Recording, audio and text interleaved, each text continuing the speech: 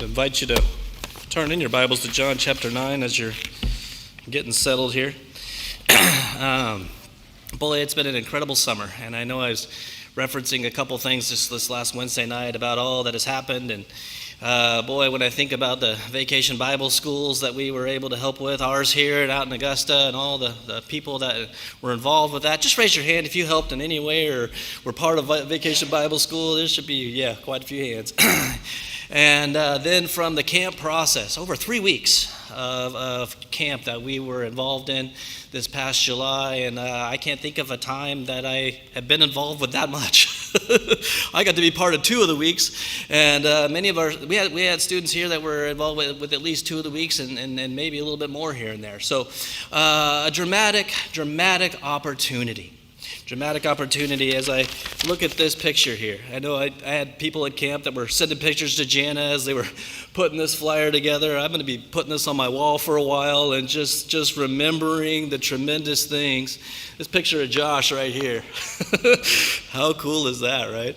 So Josh comes out to camp on Tuesday night of the second session, which was the first session that we started in, and he speaks on Tuesday night, and the first thing he kind of talks about is he talks about the last night that him and Chris were studying. And he said that when Chris came into that session, that Chris was super excited.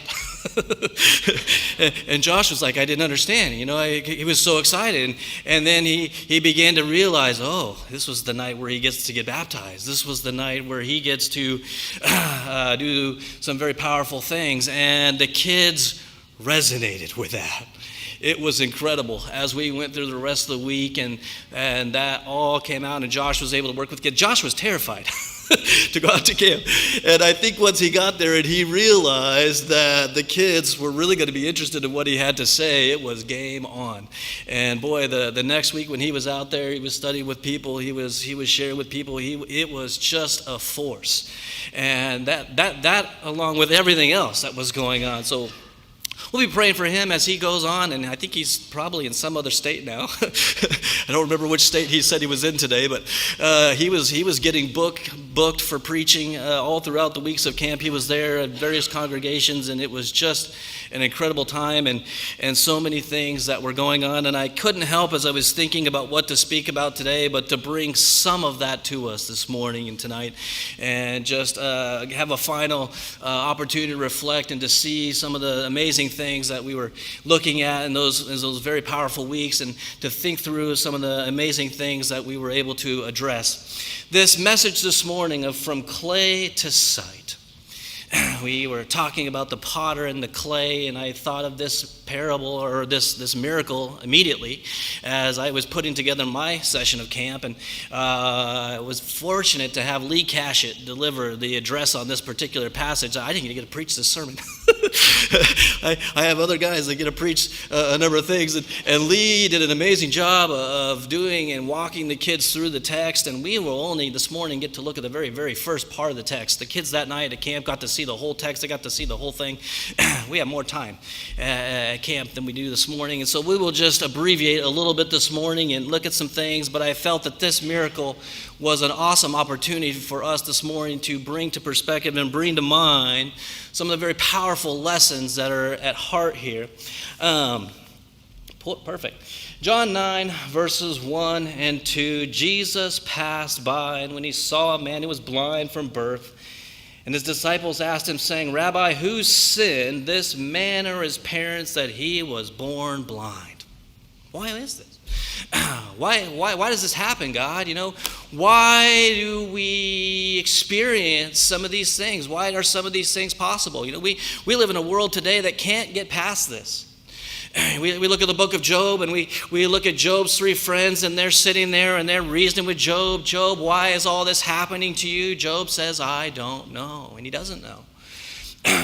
And there are things in our lives that we experience and we won't know why now.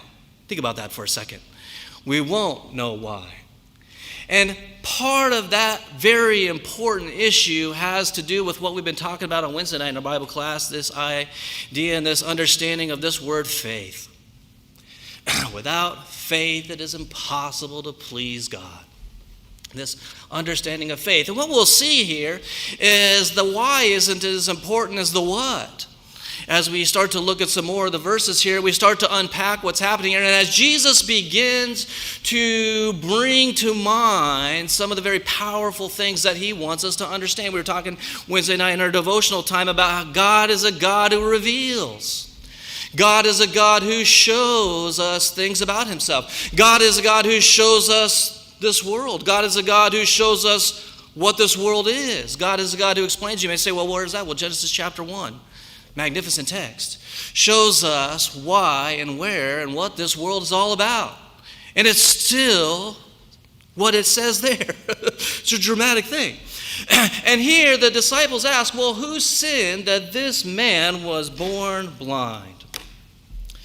I love in Matthew 13, verse 14, as Jesus quotes the prophet Isaiah in Isaiah chapter 6, that profound moment in the history of Israel where everybody said, God is gone. Everybody said, we're going to worship someone else. Everybody said, God isn't really what this is about anymore. This is like 800 BC, right? And 700 BC. And Israel has fallen away into apostasy, much like America today. Israel has fallen away from its God, fallen away from his word, fallen away from his prophets, fallen away from its priests, and even its priests have fallen away. And God in Isaiah chapter 6 fills the temple as Isaiah is there. I don't have time to read this for you this morning. I wish I did. June did an amazing job when he was here a few weeks ago of working through some of the moments in that wonderful text. But what happens in Isaiah chapter 6 is God says, I'm not gone. I'm not going anywhere, and you people have something you need to think about. And he says in that text, he says many things, but I wanted to pick this particular part out because it has to do with the issue of the miracle that we're about to see and the problem of our world and of the people that we know today, which don't see things that they need to see. They don't look at things that they need to look at. They don't recognize things that are very, very important. I was listening to a member of Congress, and he was talking about the budget, and he was talking about how we need to see what these issues are and quit making things up. True. True, we need to look at what's going on there. We need to look realistically at what's happening there. He's right. And what Jesus is going to be showing here through these moments here is things that we must see. And as Jesus looks at the people around him, and as Isaiah looked at the people around him, and as God looked at the world of that time, he said, they are seeing but not perceiving. And he's not saying there that you should stay that way. Think about that. He's not saying that you can't see and you should just stay that way. You know, when I was a kid, I would bring my mom a text of something and I couldn't read it. And my mom didn't say, oh, well, you're just never going to be able to read that. No, my mom helped me read the text. I would bring another text to a person at church and I would say, I can't read this. And the person at church would help me read it. I remember at Flint Hills Christian Camp, I took the book of Revelation to Larry Scarth and I said, I don't know what this means. And he helped me understand. He helped me see what the scripture was saying. And it is so, so very important that we don't take I don't get it for an answer.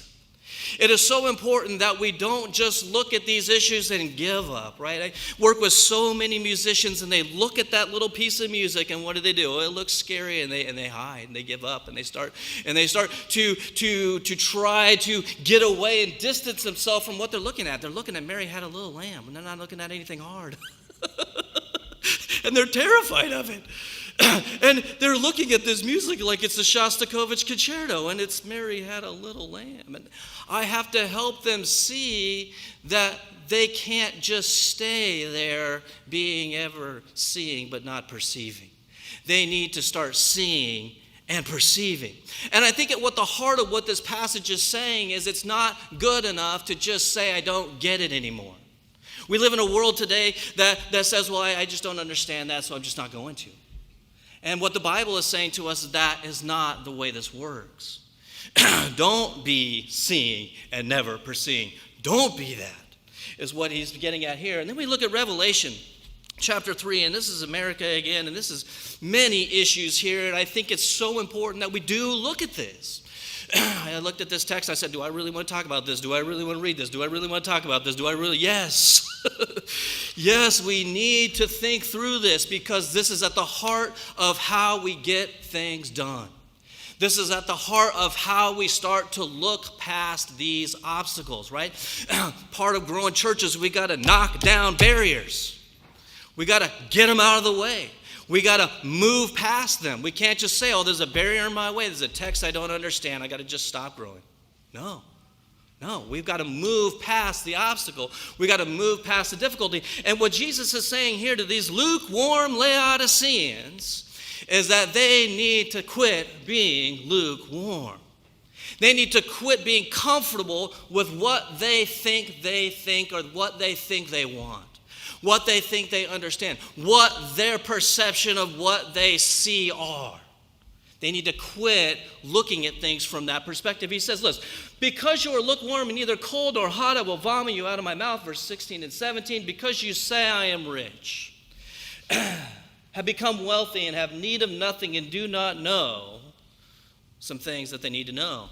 Look at these people. We all know people like this. They're rich and wealthy. They don't need God, or they think they don't. I was listening to a father, and he was complaining about his son. He's like, my son, he's too comfortable. He needs to be going to church, but he doesn't understand what he has isn't what he needs. And this father was very upset that his son was successful, but not successful spiritually. And it's so important that we begin to see what Jesus is showing this church here is that's great that you're rich, it's great that you're wealthy, but what you need to be is rich in the Lord. Rich in the Spirit, rich in worship, rich in grace, rich in all those things, more so, I would say. Isn't that what Matthew 6:33 means? Seek first his kingdom. means be rich in those things, and all these things will be added unto you. Isn't that the process that we need to practice? The seeking first and then adding, the seeking first and then adding, the seeking first and then adding, instead of the adding, and the adding, and never the seeking. Like so many people today, they're working, they're building their bank, they're building their account, they're building their, but they're not seeking and they're not here. But they need to be here. And they need to be recognizing what God is saying here. He says, you are wretched, miserable, poor, blind, and naked. Remarkable observation. Most people would have looked at the Laodiceans and when they said, that's a great church. That's a strong church. They're rich. They're wealthy. They've got it going on. They are successful. But when God looked at them, he saw something very, very different. And it is very, very, very important that we look at what God is wanting us to see. Otherwise, we are going to be just as blind as that blind man that Jesus is going to be working with in the text in the book of John. Miserable what? He says, I counsel you to buy from me gold refined by fire. This is something very different than what we work for. When they put that check in my bank account, I never ever see it, right? It might as well not exist. It goes straight to some other bank so that some other bank can profit from it. I never see it. I don't get to work for these special things that God is saying we ought to be working here. He says, buy from me gold refined in the fire that you may indeed be truly rich. I don't know about you, but being rich in the things of this world, but being poor in the things of God, where does that lead to? Where does that lead to? Jesus said there was a rich man and he died that night, and what happened to everything he had? But what happened to the righteous man who died and already had sent everything ahead? His treasure was in heaven. Jesus says, put your treasure in heaven. Where your heart is, there your treasure is also. Those ideas are super important, that you may be rich in white garments. This is a huge issue that we will see just briefly this morning. This idea of being purified. This idea of being cleansed. This idea of being made right. I can tell you this, only God can really do what really needs to be done for us. I know a lot of people that spend a lot of money on doctors, psychologists, psychiatrists, and pills. If they were here, I think that they would be experiencing a greater healing. If they were here, I think they would be experiencing a greater restoration and a greater reconciliation. If they were here, I think they would be feeling and recognizing and getting the things that they truly, because there are things that only God can heal. There are things that only God can address, that you may be clothed, that the shame of your nakedness may not be revealed. Finally, and anoint your eyes with the eye salve, that you may see. The shepherd, when he looks at the sheep, I think about this all the time, and that sheep's got something on its eyes, right? That sheep has gotten into something, and that sheep can't see, and that sheep is wandering around and it's crying, and it's got all this stuff going on. And what does the shepherd do? The shepherd puts the salve on the eyes of the sheep so the sheep can see. God desires to do that for every single one of us this morning and every single person that we know. Think about all the people that you know today that need to see Jesus and need to recognize who he is and need to understand what he can do for them and the cleansing of their sight that they need to have accomplished for them. John 9, verse 3, neither this man nor his parents sinned. You don't know what you're talking about. Isn't that what God said to Job's 3 friends? You don't know what you're talking about. So many people today. My mom used to tell me, Brett, just be quiet. You don't know what you're talking about. She was right. She was right. I didn't know what I was talking about. You know, there were just things I didn't understand yet. There were just things that I hadn't learned yet. And what the disciples are learning here at their expense, but we all get to benefit from, is the perspective that Jesus shares here, that it isn't necessarily about the circumstance. Think about that for a second. It's not necessarily about what the issue is that you're dealing with, but what, as we see here next, but that the works of the glory of God should be revealed in him. You may say, I don't want that in my life. Right? Carl Sagan, what did he say? He said, I don't need Jesus to die for me. And he died without the grace of God. He chose that. I don't know about you, but I said, I do need Jesus to die for me. Boy, do I ever. And what's remarkable here in this particular example is that here's this man who's born blind, not because of something that somebody did, but that the glory of God might be revealed in him. And you may say, well, that's hard. It can be. That's difficult. It can be. I was the shortest kid in school all the way through high school. That was hard. That was difficult. Every single day, you're short, you're this, you're that. Every single day. I was tired of hearing it. And then I went to church, and guess what I heard there? Boy, you're so special. Boy, Jesus sure loves you. Boy, what is God going to do in your life? Totally different perspective. Totally different perspective. Guess who I listened to the most? Not the people at school. Not the people at school at all. I quit listening to them. But I did listen very carefully to what the people at church said to me, and it's fascinating how true and how powerful those things became. This man right here is about to have a profound change impacted upon him that is going to completely change the nature of the life of himself and everyone around him. And this is the nature of the gospel. What happens with the gospel is that when a transformation happens like what is about to happen to this man, it permeates everything. And all of a sudden, nothing is the same. Right? When we read the book of Acts, are any of those cities that the evangelists visit the same after they go there? No. They're completely changed. All of a sudden, there's a church there. All of a sudden, there are people there speaking on God's behalf. All of a sudden, there are people there who recognize that what was there before is gone. The book of Ephesus, the most magnificent moment, right? Where they're shouting in that amphitheater, great is Artemis or Diana of the Ephesians. She just went out of business. She just went out of business. And they were so confused. They were so confused. They had no idea that what they thought about everything in life had just changed. Had no idea. And yet, as the church grows, one of the biggest churches in the New Testament is the church in Ephesus, probably 200,000 members there. And as that church just grows and as it changes that community and it changes the world and everything changes, people began to see that God is God and His Word is Word and His power and His glory is His glory. His glory. This man's blindness is about to become not blindness anymore, and it's about to demonstrate the glory of God. And I would argue to anyone, it is more important for people to see the glory of God in my life than anything else. Because when they look at me, they're not going to see anything rich. When they look at me, they're not going to see the fanciest car. When they look at me, they're not going to see the fanciest clothes. But I do hope they see the glory of God and the love of God and the grace of God and the mercy of God. So really all I care about them seeing when they look at me. Those things are so important because those are the things that are going to transform them. I must work the works of Him who sent me while it is day. Look at that statement for a second.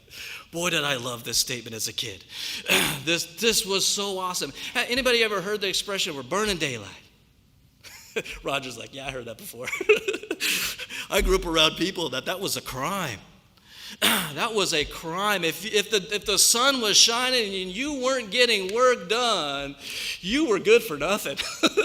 As far as they were concerned, I see some heads shaking. This is this idea here that it's time to get something done. We must get it done. Time to get something done. We must get it. As long as I am in the world, I am the light of the world. I can't not talk about this. Luke chapter 2, verse 49. Why did you seek me? Jesus says at the age of 12, a sixth grader. Reasoning with the religious elite of his day. He says, where'd you think I was going to be? What'd you think I was going to be doing? What'd you think my priorities would be? I am here and it's my Father's business. Do you know what your Father's business is? If you don't, you might be blind. Do you know what your Lord's business is?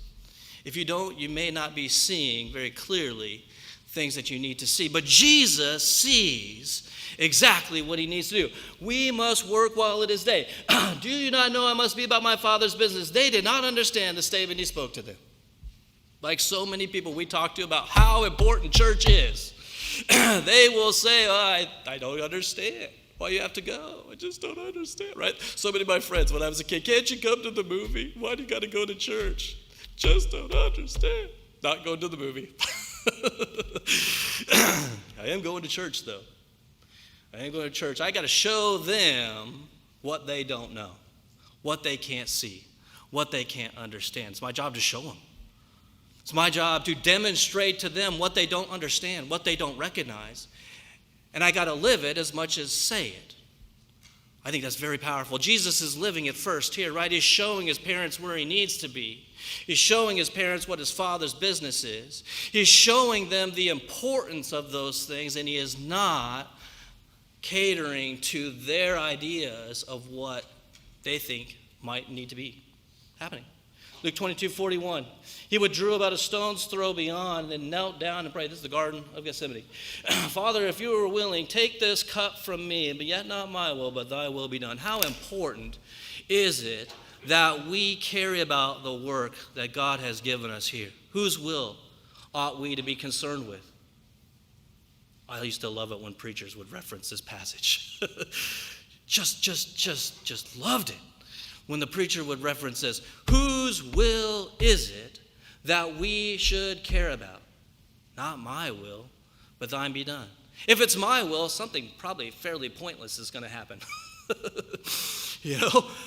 For whatever reason, what I recognized as a young person was that God's will was way more important. It is way more important that I help someone understand who Jesus is and whatever else it was that I thought might have been important. It is way more important that I help someone understand and minister to someone than think about what my needs might be. I love it in the book of Philippians where he talks about have this attitude in you which was also in Christ Jesus.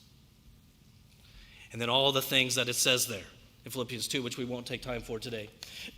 What happens when we do that? Verse 43, I need you to see that. I left that verse up there for a reason. An angel came and ministered to him. You mean when we do the will of God, we will have things partner with us and partner alongside of us and encourage us and strengthen us? Yes. Yes. When I was going through my job change 4 years ago, almost 5 years ago now, I wasn't alone. Felt like it at times. Nobody would give me a job, right? I was in this situation. I took like 16 job interviews. And every single one of them, they should have hired me. They needed me bad. But they took someone else. In most cases, who was less qualified. And that was weird to me. But what was fascinating was through that process was all the songs that came to me that I'd never heard before. All these magnificent hymns that I had never heard and never known, all of a sudden were coming through my YouTube feed. And guess what? I realized I wasn't alone and that God was going to do something through that whole process. An angel came and ministered to him. Ministering to us is possible also as we come together and as we work together and as we minister together in all that we do for God. Matthew 5, verse 9. Our Father in heaven, hallowed be thy name. Thy kingdom come, thy will be done on earth as it is in heaven. What are we trying to show people today? What they would see if they left here. Because when they leave here, heaven will be visible and they will see the kingdom of God as it is. And they need to recognize that. And that's what Jesus is praying here. He's saying, let people understand the kingdom. He's saying, let people understand what they don't see right now. Let people see it. May your kingdom come on earth as it is in heaven. May people recognize what you are and what you've done and what you've accomplished. And I don't have time to talk about all that this morning because it's a lot. But the idea here of thy will be done and then thy kingdom come ought to be at the heart of what we think about every single day when we wake up. Or when we go to bed at night too. Because then what happens, you can think about it all night as you sleep. And I have found that that is very powerful. I have found that that is very, we wake up with a focus and a direction and a perspective that is so important. Let's finish this. John 9, verse 6. When he had said these things, he spat on the ground, made the clay with the saliva, and he anointed the eyes of the blind man with the clay, and he wasn't healed yet. He wasn't healed yet. I think Jesus, there's so many things I love about this moment here as Jesus takes the mud and he puts it on the man's eyes, just like the shepherd puts the salve on the sheep's eyes. And then he tells him to go and wash in the pool of Siloam, and he went and washed, and he came back seeing. He came back seeing. And then all the dramatic things that happened after that began to come to light. But the heart of the issue here is Jesus' ability and desire for us to see. Jesus does not want us to be spiritually blind, spiritually lost, spiritually ignorant, spiritually disoriented. None of those things are his desire. His desire for us is that we would see. In 2 Kings 5, verse 14, so he went down, Naaman, and dipped 7 times in the Jordan. He didn't want to. Don't have time to read this text either. But what had happened was this leper from Syria had come to the prophet, and the prophet had said, go wash. And he said, I'm not going to wash in that river. He said, I got a better river where I come from. Boy, to simply follow and be obedient to what God says to us is where the power comes from. And so in verse 14, he finally comes to his senses, and he goes down and he dips 7 times in the Jordan, saying to this, according to the saying of the man of God, and his flesh was restored like the flesh of a little child, and he was clean. And he returned to the man of God, and he and all his aides, and he came and stood before him, and he said, indeed, now I know that there is no God in all the earth except in Israel. Isn't that fascinating? He recognized who God was, finally learned.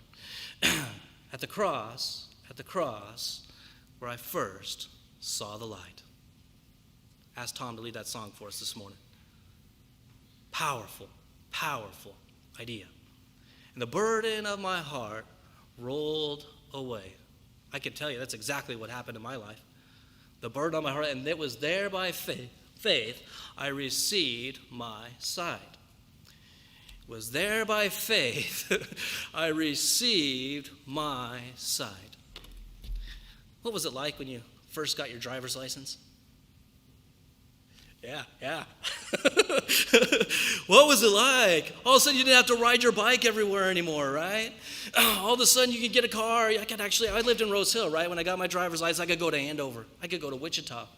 I could go anywhere. Oh, I had received my sight. I had received the ability to go. I was no longer limited to watching everybody else drive around. I was no longer limited to that. What about the day you got married? Those of you who have been married. Yeah, I see some smiles now. Boy, my life began that day, right? My life, I can tell you this. Before I got married, it was hard. Terry Newton, he's the minister for many years at Westview Church of Christ in Greeley, Colorado, and he said we were talking about it at that time because he was the preacher I was working with at that time, and he's like I just couldn't wait. I was so excited. I was so excited to get to that point and get there, and that was me also. It was such a profound moment to begin that part of my life, to receive my sight, my wife. She can see things I can't see. She can see things in people I can't see. She can perceive things I can't recognize. And without her, I was in big trouble. She'll tell you. When we look at the cross where I first saw the light, I can tell you that is exactly how it works. And that is exactly what this process is. I first received my sight. This morning, have you received your sight? I have to ask. Can't have this whole conversation and go through this whole process and get to the end and say, let's just stay blind. Let's just stay where we were. Let's just stay how we were. Everything's fine. No. We have gone through this conversation so that we can do what needs to be, so we can receive our sight, so that we can see what God would have us to see. Have you allowed him to open your eyes? He wants to. He desperately wants to. Have you allowed his glory and works to be done and displayed in your life, just like that man who had been born blind all his life, so that the glory of God might be displayed in him? May it be displayed in us this morning. If we can encourage you, if we can strengthen you, if there's anything we can do for you, we'd invite you to come as we stand and as we sing.